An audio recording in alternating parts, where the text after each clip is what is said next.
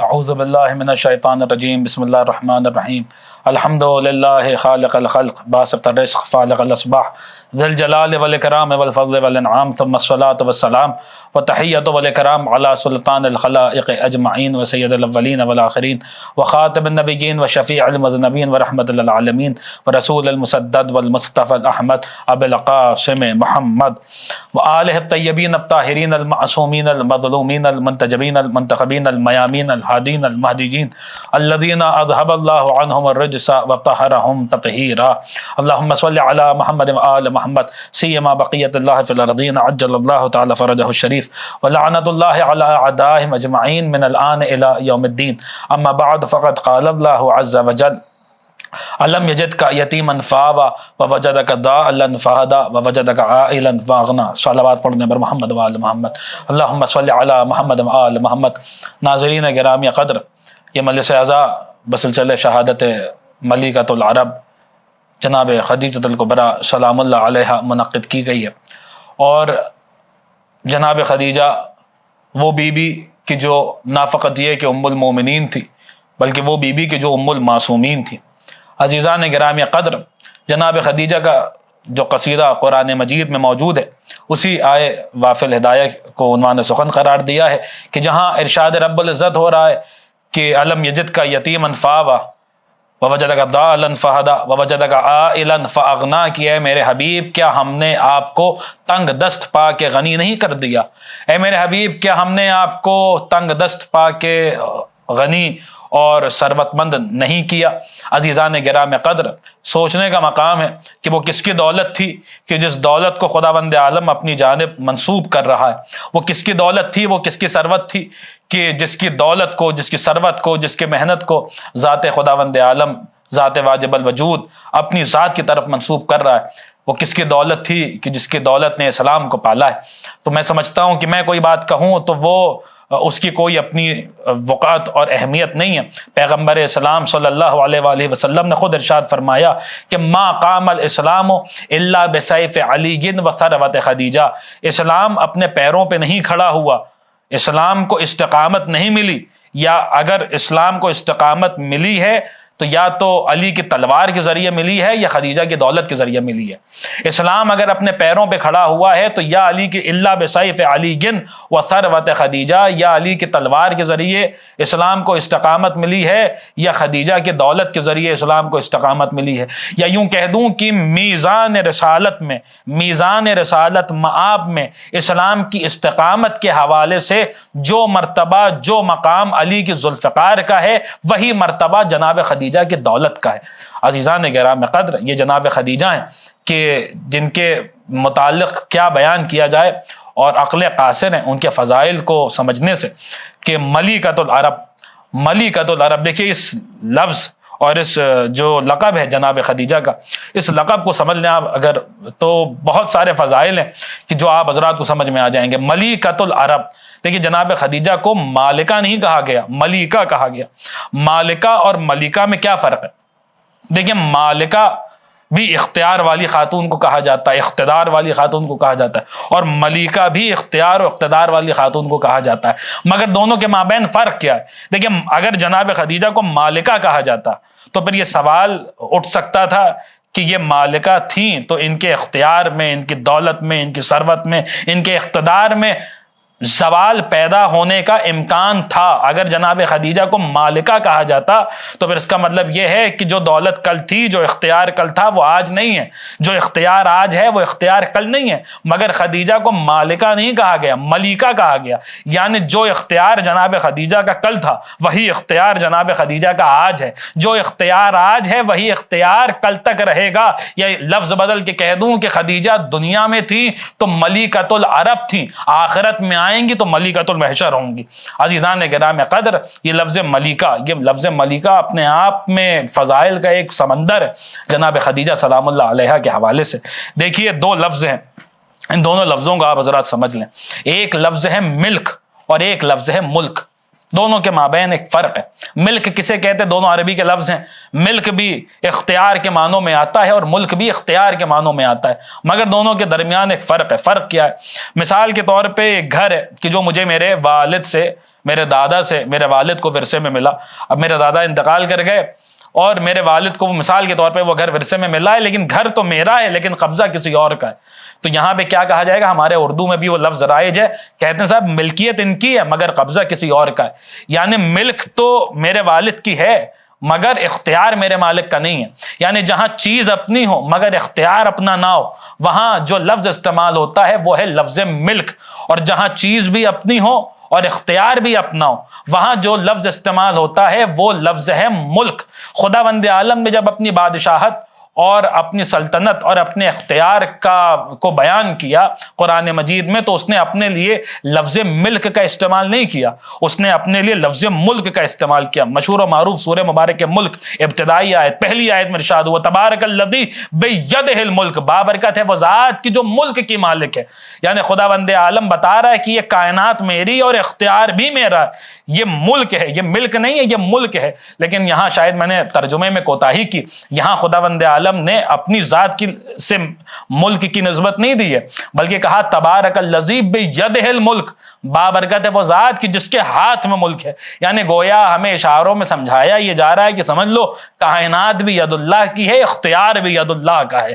عزیزان گرامی قدر، لفظ ملک اور ہے، لفظ ملک اور ہے. یعنی ملک پھر سے سمجھ لیں کہ جہاں چیز اپنی ہو مگر اختیار اپنا نہ ہو، وہاں پہ جو لفظ استعمال ہوتا ہے وہ ہے لفظ ملک. اور جہاں چیز بھی اپنی ہے اور اختیار بھی اپنا ہے، وہاں جو لفظ استعمال ہوتا ہے وہ ہے لفظ ملک. خداوند عالم نے اپنے لیے جو لفظ استعمال کیا اپنی بادشاہت کے لیے، اپنے اختیار کو بیان کرنے کے لیے، وہ لفظ ملک نہیں ہے، وہ لفظ ملک ہے. مالکہ کا تعلق ہے ملک سے، ملیکہ کا تعلق ہے ملک سے. جناب خدیجہ مالکۃ العرب نہیں ہے، جناب خدیجہ ملیکۃ العرب ہے. اور صرف کل ملیکہ نہیں تھی بلکہ آج بھی ملیکہ ہیں، اور روز محشر تک ملیکہ رہیں گی. یا لفظ بدل کے کہہ دوں کہ دنیا میں تجارت پہ خدیجہ کا اختیار تھا، آخرت میں شفاعت پہ خدیجہ کا اختیار ہوگا. یہ لفظ ملیکہ بتا رہا ہے کہ دنیا میں تجارت پہ اگر خدیجہ کا اختیار تھا تو آخرت میں شفاعت پہ اختیار ہوگا. ہو سکتا ہے کوئی کہ صاحب یہ تو آپ کے عقیدے کی بات ہے، آپ کے جذبات ہیں، اس کی کیا دلیل ہے آپ کے پاس؟ تو دیکھیے میرے پاس بہت سارے دلائل ہیں. ایک دلیل سن لیجیے آپ حضرات کہ روز محشر جناب خدیجہ کا اختیار ہوگا شفاعت پہ. ایک دلیل سن لیجیے. دیکھیے جناب خدیجہ کے خاندان میں ایک بہت نمایاں شخصیت ہیں جن کا نام ہے ورقہ ابن نوفل. پہلے تو یہ سمجھ لیجئے کہ حضرت خدیجہ کا خاندان کوئی معمولی خاندان نہیں تھا. جناب خدیجہ بھی اسی خاندان سے تعلق رکھتی تھی. 4 پشتوں کے بعد جناب خدیجہ کا شجرہ رسول اسلام کے شجرے سے جا کے مل جاتا تھا. یعنی 4 پشتوں کا فرق تھا، ورنہ جو شجرہ طیبہ ہے اسی شجرے میں جا کے جناب خدیجہ کا شجرہ بھی مل جاتا ہے. چنانچہ جناب خدیجہ کے والد ہیں حضرت خویلد، خویلد کے والد ہیں اسد، اسد کے والد ہیں عبد العزیٰ، اور عبد العزیٰ کے والد ہیں جناب قصی.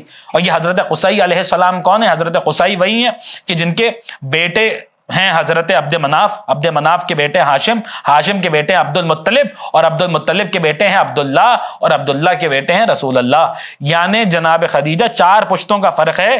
نہیں تو شجرہ جناب خدیجہ کا اسی شجرے میں جا کر ملتا ہے کہ جو شجرہ رسول اسلام کا ہے، جو شجرہ ائمہ اہل بیت کا ہے، جو شجرہ طیبہ ہے. تو جناب خدیجہ کا جو خاندان تھا وہ بہت باعظمت خاندان تھا. چنانچہ آپ کے خاندان میں ایک بہت نمایاں شخصیت تھی، وہ تھی حضرت ورقہ ابن نوفل. ورقہ ابن نوفل جو تھے وہ جناب خدیجہ کے چچا زاد بھائی تھے. اور یہ جو ورقہ ابن نوفل تھے یہ اپنے زمانے کے عالم ترین شخص، اتنے بڑے عالم تھے یہ، گزشتہ کتابوں کے، آسمانی کتابوں کے، توریت کے، زبور کے، انجیل کے بہت بڑے عالم. تو ان کے خاندان میں جناب خدیجہ کے خاندان میں ورقہ ابن نوفل کو ایک نمایاں شخصیت حاصل تھی. اور ورقہ ابن نوفل آخری نبی کے نبی آخر الزمان کی جو علامات ہیں وہ پڑھ چکے تھے، اور وہ سمجھ رہے تھے کہ دھیرے دھیرے علامتیں پوری ہو رہی ہیں اور آخری زمانے میں جو نبی آئیں گے ان کا وقت قریب ہے. اور ان کو یہ بھی پتا تھا کہ اسی علاقے میں آخری زمانے کے نبی کا ظہور ہونے والا ہے. اور انہوں نے یہ علامت پڑھی ہوئی تھی کہ جو آخری زمانے میں نبی آئیں گے ان کی زوجہ بہت ثروت مند ہوں گی، بہت دولت مند ہوں گی. چنانچہ وہ جناب خدیجہ سے کہا بھی کرتے تھے کہ آپ جو ہے وہ اتنی پاک اور پاکیزہ ہیں، اتنی طیب و طاہر ہیں، آپ دولت مند بھی ہیں، اور میں نے پڑھا ہے کہ جو نبی آخر الزمان ہوگا ان کی زوجہ ایک دولت مند خاتون ہوں گی تو کتنا اچھا ہو کہ آپ کی شادی پیغمبر آخر الزمان سے ہو. یہ بات سب سے پہلے ورقہ ابن نوفل جناب خدیجہ کو بتا چکے تھے. جس وقت جناب خدیجہ نے ارادہ کیا کہ پیغمبر السلام کے یہاں پیغام بھجوائیں اور اپنی سہیلی نفیسہ کے ذریعے پیغام بھجوائیں, تو ورقہ ابن نوفل کے قریب آتی ہیں اور آنے کے بعد کہتی ہیں اپنے چچا زاد بھائی سے کہ میں چاہتی یہ ہوں کہ میں پیغام جو ہے وہ عبداللہ کے بیٹے تک, حضرت محمد صلی اللہ علیہ وآلہ وسلم تک بھجواؤں, تو یہ پیغام بھجوانا کیسا رہے گا. تو اب ورقہ ابن نوفل کے جواب سنیے. اسی لیے میں نے کہا تھا کہ دنیا میں تجارت پہ اختیار تھا, آخرت میں شفاعت پہ اختیار ہوگا. ورقہ ابن نوفل سے جب جناب خدیجہ نے اپنی منشا کا اظہار کیا تو ورقہ کہتے ہیں کہ اے ہماری بہن, جب آپ کے شوہر روز محشر مسند شفاعت میں جلوہ گر ہوں تو مجھے فراموش نہ کیجیے گا, مجھے بھول نہ جائیے گا. ورقہ پیغام دے رہے ہیں کہ دیکھو روز محشر جو چلنے والی ہے, کس کا اختیار چلنے والا ہے؟ شافع محشر کا, رسول اسلام کا, ان کی زوجہ کا, جناب خدیجہ کا. عزیزان گرامی قدر, یہ جناب خدیجۃ الکبریٰ ہیں. ظاہر سی بات ہے کہ اس بیوی کی کیا کمالات ہوں گے, کیا فضائل ہوں گے اس بیوی کے, کہ جس بیوی کو مرکز تعارف قرار دیا ہے ائمہ خدا نے, جس بیوی کے ذریعے اپنا تعارف کرایا ہے ہمارے ائمہ نے. ایک دو مقامات نہیں ہیں, کتنے ہی مقامات ہیں کہ جہاں ائمہ نے اپنا تعارف کرایا جناب خدیجہ کے ذریعے. وہ بیوی کتنی باعظمت بیوی ہوگی کہ آپ غور فرمائیں کہ جس وقت چوتھے امام زین العابدین علیہ الصلوۃ والسلام نے دربار یزید ملعون میں جو خطبہ ارشاد فرمایا, جس میں کہا حضرت نے کہ من عرفنی عرفنی, جو مجھے پہچانتا ہے وہ پہچانتا ہے, جو نہیں پہچانتا وہ پہچان لے کہ میں کون ہوں. میں مکہ و منا کا بیٹا ہوں, میں زمزم و صفا کا بیٹا ہوں, میں محمد مصطفیٰ کا بیٹا ہوں, میں علی مرتضیٰ کا بیٹا ہوں. اسی خطبے میں سرکار نے ارشاد فرمایا کہ میں خدیجۃ الکبریٰ کا بیٹا ہوں. اسی طریقے سے آپ دیکھیں تو مختلف ائمہ نے جناب خدیجہ کے ذریعے تعارف کرایا ہے اور اس کو اپنے لیے باعث شرف سمجھتے تھے. ائمہ شرف سمجھتے تھے کہ ہم جناب خدیجہ کی نسل سے. آپ غور فرمائیے کہ دعائے ندبہ میں جو ہمارے مولا, ہمارے آقا, ہمارے مالک و مختار سلام اللہ علیہ عجل اللہ تعالی فرجہ الشریف کو یاد کرنے کا ایک بہترین طریقہ ہے اس دعائے ندبہ میں, کہ جہاں ایک ایسا مرحلہ آتا ہے کہ جب ہم امام کو ان کے شجرے کے حوالے سے یاد کرتے ہیں. یبن سعادت المقربین, وہ باعظمت صاحبان عزت بزرگواروں کے فرزند, آپ کہاں ہیں؟ ہاں, یبن شموس الطالعہ, یبن البدور, یبن الاقمار المنیرہ, یبن شموس الطالعہ, اے چمکتے ہوئے سورجوں کے بیٹے, اے چمکتے ہوئے ستاروں کے بیٹے, آپ کہاں ہیں؟ تو جس وقت ہم امام زمانہ کو ان کے شجرے کے حوالے سے یاد کرنا شروع کرتے ہیں, وہاں پر ایک موقع آتا ہے کہ جہاں امام کو یاد کر کے کہتے ہیں کہ اے محمد مصطفیٰ کے بیٹے وابن علی المرتضیٰ, اے علی مرتضیٰ کے بیٹے وابن فاطمہ الکبریٰ, اے فاطمہ کبریٰ کے بیٹے وابن خدیجۃ الغراء, اے خدیجہ غراء کے بیٹے. امام زمانہ کو یاد کرتے ہوئے دعائے ندبہ میں ہم کہتے ہیں وابن خدیجۃ الغراء, اے خدیجہ غراء کے بیٹے. دیکھیں غراء کسے کہتے ہیں؟ جناب خدیجہ کو جس نام کے ساتھ دعائے ندبہ میں یاد کیا ہے وہ ہے خدیجہ غراء. غراء کسے کہتے ہیں؟ غراء کہتے ہیں اس بیوی کو جو بہت زیرک ہو, جو بہت ذہین ہو, جو بہت زیادہ عقل مند ہو, یعنی جس کا تعلق ہی عقل سے ہو, اس بیوی کو کہتے ہیں غراء. آپ دیکھیے کہ قدرت نے کیا خوب انتخاب کیا ہے. عقل کل کے لیے اس نے انتخاب بھی کیا, تو اس کا انتخاب کیا جو محض خدیجہ نہیں تھی, جو خدیجہ غراء تھی. عزیزان گرامی قدر, اور دیکھیں یوں بھی مجھے ایک حدیث یاد آ گئی کہ جناب خدیجہ اتنی بڑی بزنس ٹائکون, اتنی بڑی انٹرپرینور, اتنی بڑی جو ہے وہ ثروت مند, تو اور آپ غراء نہیں ہوں گی تو کون ہوگا؟ ہمارے اور آپ کے نوے امام محمد تقی جواد سرکار باب المراد علیہ الصلوۃ والسلام نے ارشاد فرمایا, جس کا مفہوم, جس کا خلاصہ یہ ہے, اور غالباً میزان الحکمت میں یہ حدیث موجود ہے, کہ جہاں امام نے ارشاد فرمایا کہ جو تجارت کو ترک کر دیتا ہے وہ اپنی آدھی عقل کو گوا دیتا ہے, اپنی نصف عقل کو گوا دیتا ہے. یعنی تجارت کا اور عقل کا ایک بہت گہرا تعلق ہے. اور جناب خدیجہ تو ملکۃ العرب, وہی خدیجہ غراء نہیں ہوں گی تو کون ہوگا؟ بہرحال عزیزان گرامی قدر, دیکھیے جناب خدیجہ کی زندگی پہ بات کرنا یہ ایک بہت وسیع موضوع ہے. میں چاہتا یہ ہوں کہ کچھ ان کی زندگی کے نمایاں پہلو آپ حضرات کی خدمت میں پیش کر دوں. دیکھیے دولت ہونا کوئی بہت بڑی بات نہیں ہے, دولت تو قارون کے پاس بھی تھی, دولت ہونا کوئی بہت بڑی بات نہیں. جناب خدیجہ صرف دولت مند نہیں تھیں بلکہ یہ دیکھنے والی بات ہے کہ آپ نے اپنی دولت کو کہاں خرچ کیا, استعمال کہاں کیا اس دولت کا. دولت کا عالم کیا تھا پہلے تو یہ سن لیجئے, کیونکہ آج کل جو الٹی سیدھی باتیں ہو رہی ان میں سے یہ بھی ہے کہ صاحب وہ جناب خدیجہ کو اتنی بھی بڑی ثروت مند نہیں تھی, وہ تو مکہ ایک گاؤں تھا چھوٹا سا, اور جناب خدیجہ کی دولت ذاکرین اپنی طرف سے بنا کے پڑھتے ہیں, اس میں تو کچھ جو ہے وہ حقانیت و سچائی نہیں ہے. تو یہ سب سے بڑی جہالت ہے یہ بات کہنا کہ مکہ اپنے زمانے کا ایک گاؤں تھا. دیکھیے مکہ جو تھا وہ ٹریڈ سینٹر تھا پورے عرب کا. جس طریقے سے ہندوستان کی جو فائنینشیل کیپٹل ہے, جو یہاں کی اقتصادی مرکز ہے ہندوستان کا, وہ ممبئی شہر ہے کہ جہاں سب سے زیادہ ٹریڈ ہوتا ہے, جہاں سب سے زیادہ بزنس ہوتا ہے. ویسے ہی پورے عرب کا جو سینٹر تھا جو ٹریڈ اور کامرس کا, وہ اقتصادیات کا, وہ مکہ معظمہ تھا کہ جہاں لوگ حج کے موقع پہ جمع ہوتے تھے اور پھر وہ ایک سینٹر کا کام کرتا تھا. ایسے مکے میں جناب خدیجہ کا جو ہے وہ بزنس تھا اور آپ کی تجارت کا عالم یہ تھا. آپ کو میں بتاؤں کہ جو تاریخ نے لکھا وہ یہ لکھا جناب خدیجہ کے قافلے تجارت کو بیان کرتے ہوئے کہ یہ قافلہ تجارت کہاں تک جاتا تھا. جناب خدیجہ کا جو قافلہ تجارت تھا وہ افریقہ حبش تک جاتا تھا, ایک طرف مصر تک جاتا تھا, ایک طرف جو ہے وہ شام تک جاتا تھا, یہاں تک کہ ہندوستان تک آتا تھا جناب خدیجہ کا قافلہ تجارت. اور کیا شان ہوتی تھی بیوی کے قافلے کی کہ روایتیں بتاتی ہیں کہ 70,000 یا 80,000 اونٹ جناب خدیجہ کے قافلے تجارت میں چلتے تھے. آپ ذرا سوچئے, کوئی معمولی بات نہیں, 80,000 اونٹ, 80,000 اونٹ آپ ایک جگہ جمع نہیں کر سکتے. اور جناب خدیجہ کے قافلے تجارت میں 80,000 اونٹ چلتے تھے. اور یہ بات تو کوئی عقل مند بزنس مین جانتا ہے, کوئی بھی جو تاجر ہے, تجارت کرنے والا ہے, وہ کوئی بھی عقل مند جو ہے تجارت کرنے والا, وہ اس بات کو سمجھ سکتا ہے کہ اگر میرے پاس 100 روپے ہیں تو میں 100 کے 100 بزنس میں انویسٹ نہیں کروں گا, میں کچھ سرپلس میں رکھوں گا, میں کچھ بیک اپ کے لیے رکھوں گا, 60 روپے 40 روپے 50 روپے کچھ میں انویسٹ کروں گا, کچھ میں پیسہ لگاؤں گا, باقی اپنے پاس کسی برے وقت کے لیے, کنہیں حالات کے لیے میں بچا کے چلوں گا. یعنی انسان کے پاس جو کیپٹل ہوتی ہے اس میں سے صرف کچھ حصہ ہے جو انویسٹ کرتا ہے, باقی اپنے پاس محفوظ رکھتا ہے, سرپلس میں رکھتا ہے, بیک اپ کے لیے رکھتا ہے. جناب خدیجہ کے قافلے تجارت میں 80,000 اونٹ چلتے تھے. یعنی اس بات سے اندازہ لگائیے کہ جس کے قافلے تجارت میں 80,000 اونٹ چلتے ہوں تو اس کے یہاں بیک اپ میں اور سرپلس میں کتنے اونٹ ہوں گے, اور کیا دولت ہوگی اور کیا شان ہوگی اس بی بی کی. تو آخر اس پوری دولت کا ہوتا کیا تھا؟ دیکھیے جناب خدیجہ اس زمانے میں جو گھر ہوتے تھے عمومی طور پہ وہ بہت سے بہت ایک منزلہ عمارت ہوتی تھی, ایک منزل ہوتی تھی. جناب خدیجہ کے گھر کو بیان کرتے وہ تاریخ لکھتی ہے کہ 3 منزلہ عمارت تھی, اور جو اوپر کا حصہ تھا وہ نیلے رنگ کا تھا, اس کے اوپر ستارے اور چاند و سورج بنے ہوئے تھے, اور ریشم و دیبا کے پردے ہوا کرتے تھے.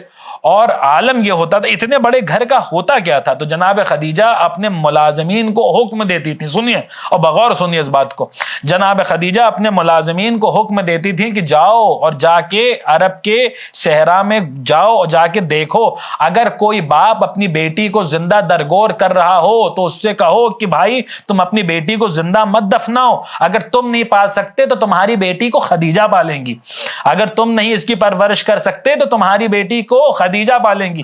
یہ سخاوت کا عالم تھا. جبھی تو پورا عرب جس طریقے سے رسول اسلام کو کلمہ کے بعثت سے پہلے بھی, کلمے کے اعلان سے پہلے بھی, لا الہ الا اللہ محمد رسول اللہ پڑھنے سے پہلے بھی, پورا عرب بعثت سے پہلے بھی پیغمبر اسلام کو جس طریقے سے صادق و امین کہتا تھا, سچا کہتا تھا, امانت دار کہتا تھا, ویسے ہی پورا عرب جناب خدیجہ کو طاہرہ کہتا تھا, جناب خدیجہ کو صدیقہ کہتا تھا. آپ دیکھیے کہ صادق و امین کے لیے خدا نے انتخاب بھی کیا تو کس بی بی کا کیا؟ وہ بی بی کی جو صادقہ تھی, وہ بی بی کی جو طاہرہ تھی, جسے سب کہتے تھے کہ یہ طاہرہ ہے. اور اس کے بعد یہ جو دولت تھی, اس دولت کا جناب خدیجہ نے جو استعمال کیا, وہ استعمال بھی کیا خوب ہے کہ جب پیغمبر اسلام ہجرت کر کے مدینے آتے ہیں اور جو بیت المال کو قائم کرتے ہیں تو اس بیت المال میں کس کا پیسہ تھا, کس کا مال تھا جو بیت المال میں لگا تھا؟ جو اسلامک ٹریجری بنی اور بیت المال قائم ہوا تو یہ کس کا مال تھا, کس کی دولت تھی؟ یہ جناب خدیجہ کی دولت تھی کہ جو بیت المال میں لگی. اور یہ ایک فرق ہے جناب خدیجہ میں اور دیگر ازواج میں, دیگر ازواج پیغمبر اسلام میں اور جناب خدیجہ میں ایک بنیادی فرق ہے کہ پھر آپ دیکھیں کہ بعد میں چل کے جب تیسرے مرحلے میں خلافت پہنچی تو ایک گئی تھیں اور جا کر انہوں نے جو ہے وہ تیسرے خلیفہ سے کہا تھا کہ ہمارا وظیفہ بند ہوگا، اس وظیفے کو چالو کر دیجئے، اس وظیفے کو واپس سے کھلوا دیجئے، اس کو شروع کروا دیجئے۔ یعنی دیگر ازواج وہ تھیں کہ جو بیت المال سے پیسے لیتی تھیں۔ یہ لفظ بدل کے کہہ دوں کہ خدیجہ میں اور دیگر ازواج پیغمبر اسلام میں فرق یہ تھا کہ باقی بیویاں بیت المال سے پلتی تھیں، خدیجہ وہ ہے جس نے بیت المال کو پالا ہے۔ عزیزان گرامی قدر، یوں ہی نہیں پیغمبر اسلام نے کہا کہ ما قام علیہ السلام الا بسیف علی وثروت خدیجہ، اسلام اپنے پیروں پہ نہیں کھڑا ہوا، اسلام کو استقامت نہیں ملی، جو کچھ ملا ہے وہ یا علی کی تلوار کے ذریعے ملا ہے یا خدیجہ کی دولت کے ذریعے ملا ہے۔ عزیزان گرامی قدر، ایک طویل و عریض فہرست ہے جناب خدیجہ کے احسانات کی، اگر صرف جناب خدیجہ کے احسانات کو شمار کیا جائے تو انسان شمار نہیں کر سکتا۔ پہلا احسان جو پیغمبر اسلام پہ جناب خدیجہ کا ہے وہ یہ ہے کہ جس وقت پیغمبر اسلام کو جناب خدیجہ نے اپنے قافلے تجارت میں بھیجا تھا شام تک، جو حضرت ابو طالب کے مشورے پر پیغمبر اسلام کو شام تک بھیجا تھا اپنے قافلے تجارت میں، تو جناب خدیجہ نے اس وقت پیغمبر اسلام کو اپنی ملازمت میں نہیں رکھا تھا۔ آپ غور فرمائیں کتنا بڑا احسان ہے جناب خدیجہ کا کہ اپنی ملازمت میں نہیں رکھا تھا پیغمبر اسلام کو، یعنی اس وقت رسول اللہ کے پاس ایک درہم نہیں تھا کہ جو انویسٹ کر سکیں جناب خدیجہ کے قافلے میں، جناب خدیجہ کی تجارت میں، مگر اس کے باوجود جناب خدیجہ نے رسول اللہ کو ملازم نہیں بنایا، معاون بنایا، یعنی ایز این امپلائی نہیں رکھا تھا بلکہ بزنس پارٹنر بنا کے رکھا۔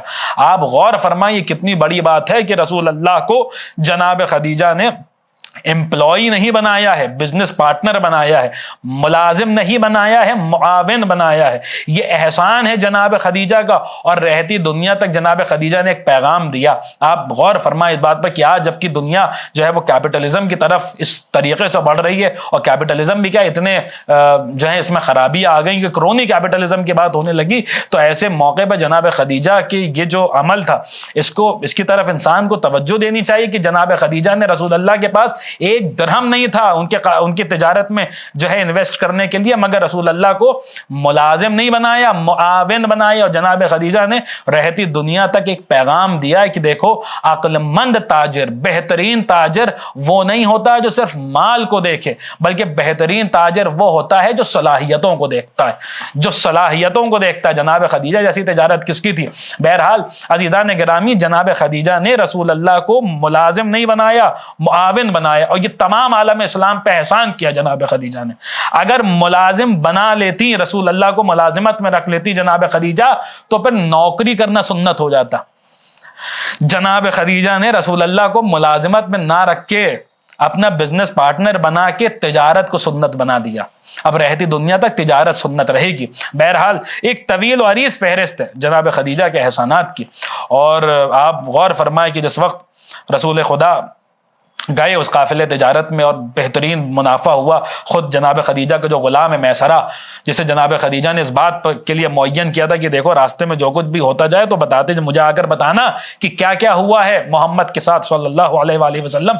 تو میسرہ جس وقت جو ہے وہ واپس آیا ہے تو اس نے ایک بات کہی، میسرہ نے کہا کہ یہ عجیب و غریب قافلہ تھا، پچھلے 40 سال میں اتنا منافع نہیں ہوا جتنا جو ہے وہ اس قافلہ تجارت میں ہوا، اور کہتا تھا کہ جو سفر ہم کئی رات کئی دن لگ جاتے تھے طے کرنے میں، وہ ہم نے ایک رات اور ایک دن میں طے کیا، اور جب اتنا منافع کے ساتھ واپس لوٹے تو میسرہ نے رسول خدا سے کہا کہ کتنا اچھا ہو کہ آپ ہی جا کر ہماری جو ملیکہ ہیں، ملکۃ العرب ہیں، ان کو جا کر یہ خوشخبری سنائیں کہ اتنا منافع ہوا ہے۔ اور رسول اللہ، روایت کے جملے ہیں کہ جس وقت رسول خدا آ رہے تھے جناب خدیجہ کے گھر کی طرف، بیت الشرف کی طرف، اس محل کی طرف، تو جناب خدیجہ جس وقت رسول اللہ کو دیکھ رہی تھیں تو آپ نے غور کیا کہ آپ کے اوپر بادل ہے جو سایہ فگن ہے، اور ایک طرف ایک فرشتہ ہے اور دوسری طرف دوسرا فرشتہ ہے۔ جناب خدیجہ کی آنکھوں سے آنسو جاری ہوئے، اور یہ اسی کے بعد آپ نے جو ہے وہ پیغام بھجوایا، اور رسول خدا سے جناب خدیجہ کا عقد ہوا۔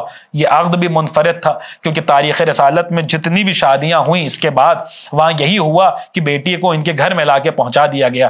جناب خدیجہ وہ واحد بیوی ہیں، وہ واحد خاتون ہیں کہ جن کو گھر میں لا کے پہنچایا نہیں گیا، بلکہ رسول اللہ خود دولہا بن کے گئے ہیں اور جناب خدیجہ کو لے کر آئے ہیں۔ عزیزان گرامی قدر، جب عقد ہو گیا تو 3 دنوں تک حضرت ابو طالب نے ولیمہ کیا تھا رسول خدا کا، اور روایت کے جملے تو یہاں تک میں نے پڑھے ہیں کہ خدا بند عالم نے جبریل کو حکم دیا کہ مکے کے اعتراف میں جتنے پہاڑ ہیں سب پہ مشک و عنبر کی بارش کی جائے، اور 3 دنوں تک مسلسل مکے کی فضا معطر رہی، خوشبو جو ہے پورے مکے کی فضا میں پھیلی رہی، اور جو بھی حیران ہوتا تھا یہ کیسی خوشبو ہے، تو جواب ملتا تھا کہ یہ ولیمہ ہے، رسول خدا کا عقد ہوا ہے محمد کا خدیجہ کے ساتھ علیہ الصلوۃ والسلام۔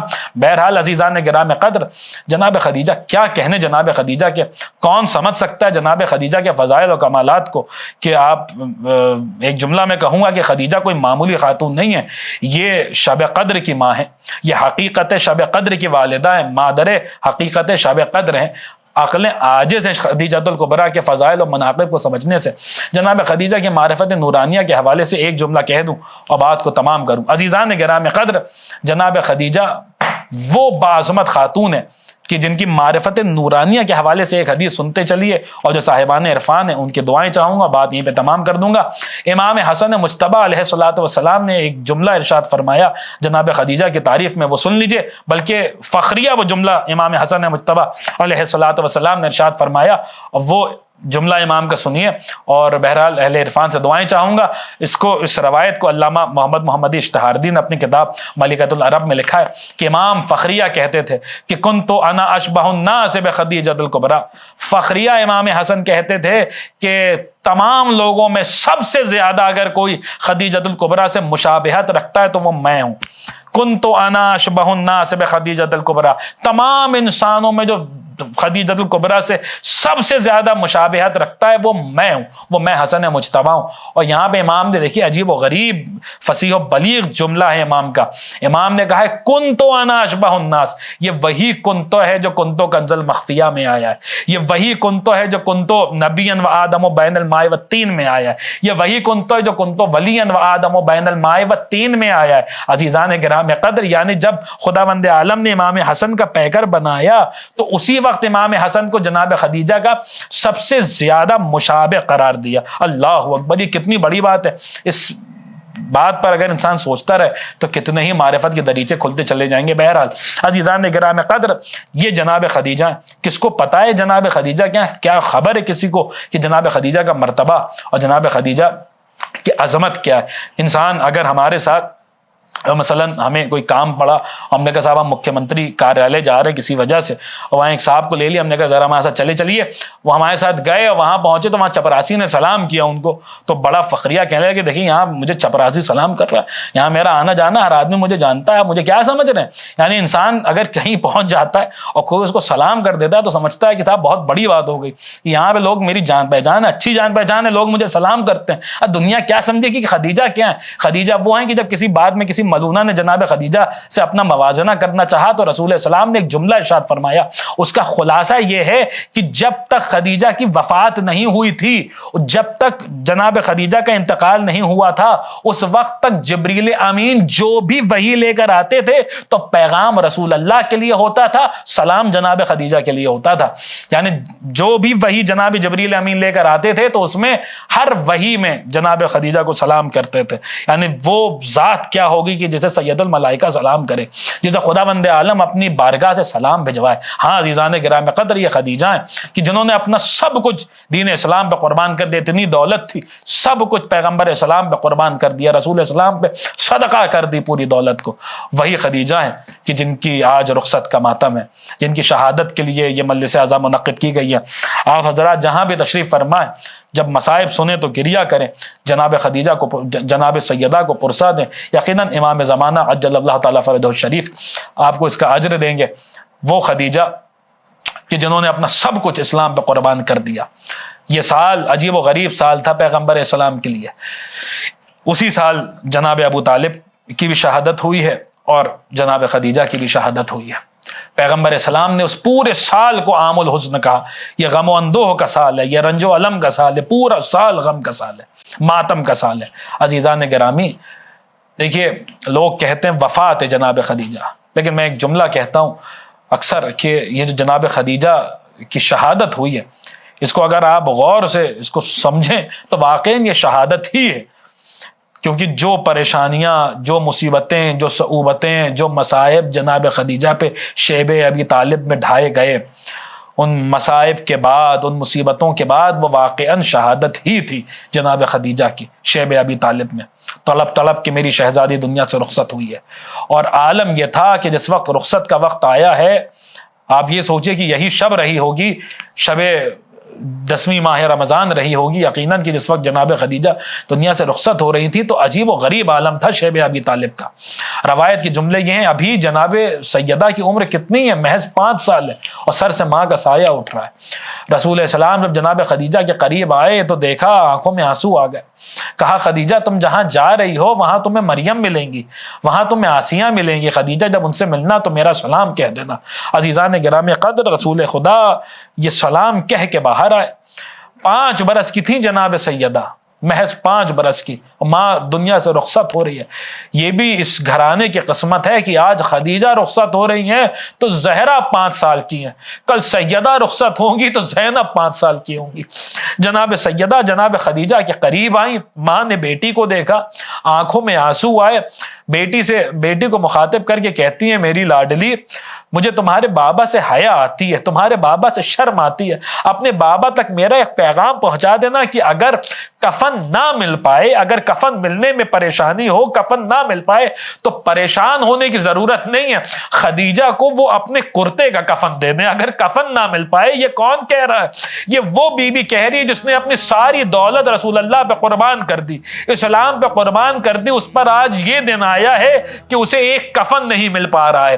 کہا میری لاڈلی اپنے بابا سے کہہ دو کہ اگر کفن نہیں مل پا رہا ہے تو کوئی بات نہیں، پریشان ہونے کی ضرورت نہیں ہے، مجھے اپنے کرتے کا کفن دے دے۔ عزیزان گرامی قدر، میں دست ادب جوڑ کے کہوں گا بی بی یہ شیب ابی طالب ہے، آپ کو یہاں رسول خدا کے کرتے کا کفن ملے گا، مگر ذرا شام کے زندان میں آئیے، ایک ننھی سی بچی ہے جسے شام غریبہ میں جلے ہوئے کرتے کا کفن دیا جا رہا ہے۔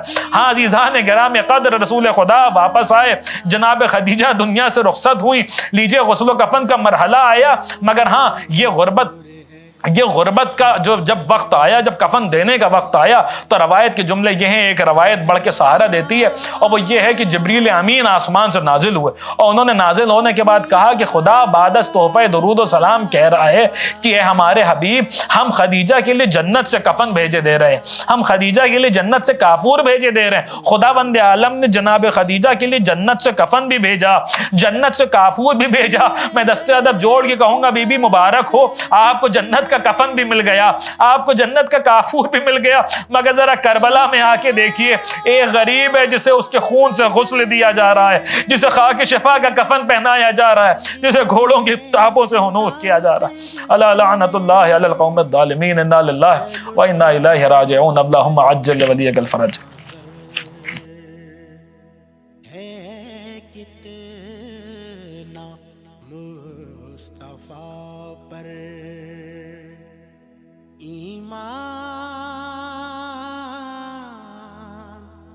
خدیجہ کا اسے نام نہ بھولے گا، بنتے نبی پہ جلتا دروازہ جو گرا،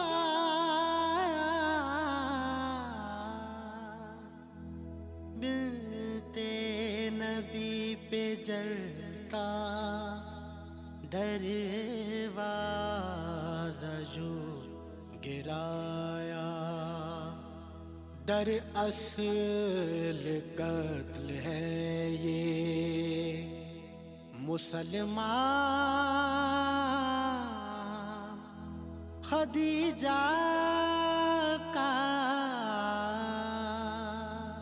اسے نام نہ بھولے گا، احسان خدیجہ